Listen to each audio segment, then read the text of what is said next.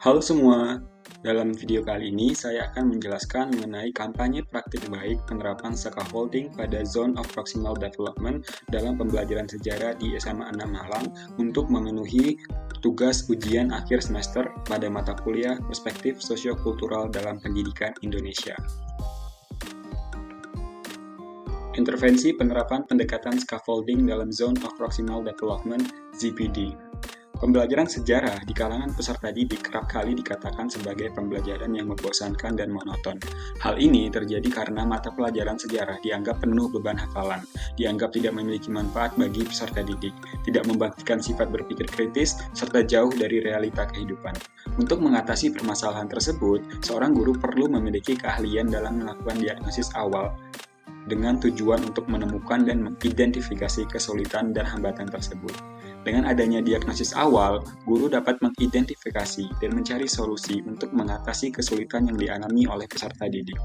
Pemahaman mendalam mengenai latar belakang sosio-kultural dan potensi yang dimiliki oleh peserta didik merupakan salah satu kompetensi yang harus dimiliki oleh seorang guru. Tuntutan tersebut seolah menambah peran guru yang sejatinya hanya sebagai tenaga pengajar, sekaligus menjadi fasilitator dan pendidik bagi peserta didik di lingkungan sekolah. Hal ini yang kemudian mendasari bahwa guru harus dapat mengenal cara untuk memahami karakteristik peserta didik secara holistik. Dengan demikian, maka konsep Zone of Proximal Development dapat digunakan dalam pembelajaran. Apa itu scaffolding? Scaffolding merupakan sebuah metode pembelajaran dengan memberikan dukungan belajar secara terstruktur. Dukungan belajar yang diberikan dapat berupa petunjuk, peringatan, dorongan, serta pemberian contoh sesuai dengan kemampuan peserta didik sehingga memungkinkan mereka untuk tumbuh secara mandiri. Metode scaffolding yang digunakan dalam pembelajaran dapat menjadi alternatif untuk meningkatkan perkembangan peserta didik tanpa mengesampingkan peran guru. Guru tetap memiliki peranan penting dalam metode scaffolding. Guru berperan sebagai fasilitator dalam membantu peserta didik untuk memahami konsep atau mengajarkan tugas yang tidak dapat dilakukan secara mandiri. Guru dapat membantu peserta didik untuk dapat memiliki teknik atau keterampilan tertentu di luar kemampuan peserta. Apa itu Zone of Proximal Development? Zone of Proximal Development atau yang dalam bahasa Indonesia disebut zona perkembangan proksimal merupakan sebuah istilah yang menggambarkan jarak antara tingkat kemampuan peserta didik dalam memecahkan masalah secara mandiri dan dengan bantuan orang lain. ZPD dipahami sebagai kategorisasi peserta didik di dalam kelas, di mana peserta didik yang dapat memecahkan masalahnya secara mandiri, maka dapat dikategorikan berada pada taraf kemampuan aktualnya. Sedangkan peserta didik yang menyelesaikan tugasnya dengan bantuan dari orang lain, maka dikategorikan berada pada taraf kemampuan potensialnya. Konsep ZPD tersebut menekankan pentingnya interaksi sosial dalam proses pembelajaran dan perkembangan kognitif peserta didik. Aktivitas penerapan scaffolding. Penerapan scaffolding pada Zone of Proximal Development dalam pelaksanaan pembelajaran sejarah dengan materi konsep kerajaan Hindu-Buddha di Indonesia pada kelas 10-7 SMA 6 Malang. Penerapan tersebut dilakukan dengan observasi terhadap karakteristik peserta didik untuk mengetahui latar belakang mereka. Selain itu, juga dilakukan asesmen diagnostik terhadap peserta didik untuk memperoleh pengetahuan mengenai kondisi, kesiapan, dan kebutuhan belajar peserta didik.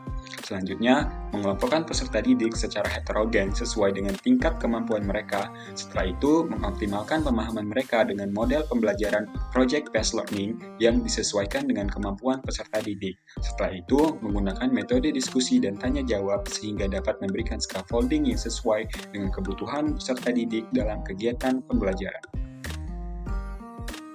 Berikut merupakan penerapan scaffolding pada ZPD peserta didik. Yang pertama, yaitu ada orientasi peserta didik pada masalah. Guru memberikan pertanyaan pemantik dan memberikan peserta didik teka-teki silang untuk mengetahui pemahaman awal peserta didik terkait dengan konsep kerajaan Hindu-Buddha di Indonesia. Pertanyaan pemantik dan teka-teki silang tersebut dirancang sesuai dengan konteks lingkungan peserta didik, yaitu wilayah Malang Raya yang memiliki sejarah terkait dengan kerajaan Hindu-Buddha.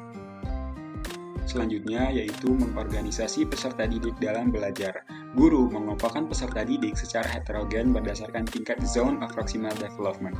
Dalam pengelompokan peserta didik tersebut didasarkan pada pemahaman awal mereka melalui kegiatan asesmen diagnostik yang dilakukan di awal pembelajaran. Kegiatan selanjutnya yaitu membimbing kegiatan peserta didik dalam kelompok. Dalam kegiatan kelompok, peserta didik diberikan tugas untuk menyelesaikan pertanyaan yang ada pada LKPD atau Lembar Kerja Peserta Didik. Peserta didik dapat saling berkolaborasi untuk mencari solusi dan jawaban untuk menjawab pertanyaan tersebut. Dalam kegiatan ini, peserta didik dapat menerapkan scaffolding melalui tutor sebaya. Guru membimbing dan memonitoring jalannya diskusi yang dilakukan oleh peserta didik. Selanjutnya yaitu peserta didik menyajikan hasil dari diskusi kelompok. Setelah melakukan diskusi secara berkelompok, kegiatan dilanjutkan dengan mempresentasikan hasil diskusi tersebut di depan kelas. Pada kegiatan ini, guru memandu dan mengawasi proses presentasi yang dilakukan oleh peserta didik. Kegiatan terakhir yaitu kegiatan evaluasi dan refleksi. Setelah kegiatan presentasi telah dilakukan oleh semua kelompok, guru kemudian memberikan evaluasi dan penguatan konsep terkait materi yang sudah dipelajari. Guru juga kemudian melakukan refleksi terkait dengan kegiatan pembelajaran yang telah dilakukan. Adapun hasil yang dicapai setelah menerapkan scaffolding pada ZPD peserta didik, yaitu dengan menerapkan scaffolding pada ZPD peserta didik, maka akan dapat menciptakan suasana kelas yang aman dan nyaman untuk belajar. Kondisi pembelajaran peserta didik dapat menjadi lebih menyenangkan, variatif, serta dapat menumbuhkan sikap saling tolong-menolong antara satu sama lain.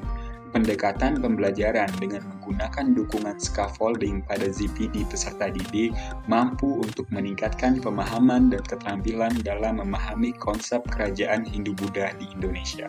Dengan demikian, penerapan scaffolding pada ZPD merupakan langkah yang efektif dalam pembelajaran sejarah sekaligus memberikan dampak positif bagi peserta didik di kelas di SMA 6 Malang terkhusus di kelas 10-7. Nah, itulah tadi penjelasan mengenai penerapan scaffolding pada ZPD peserta didik dalam pembelajaran sejarah di kelas 10-7 SMA 6 Malang. Lebih dan kurangnya, saya mohon maaf. Terima kasih.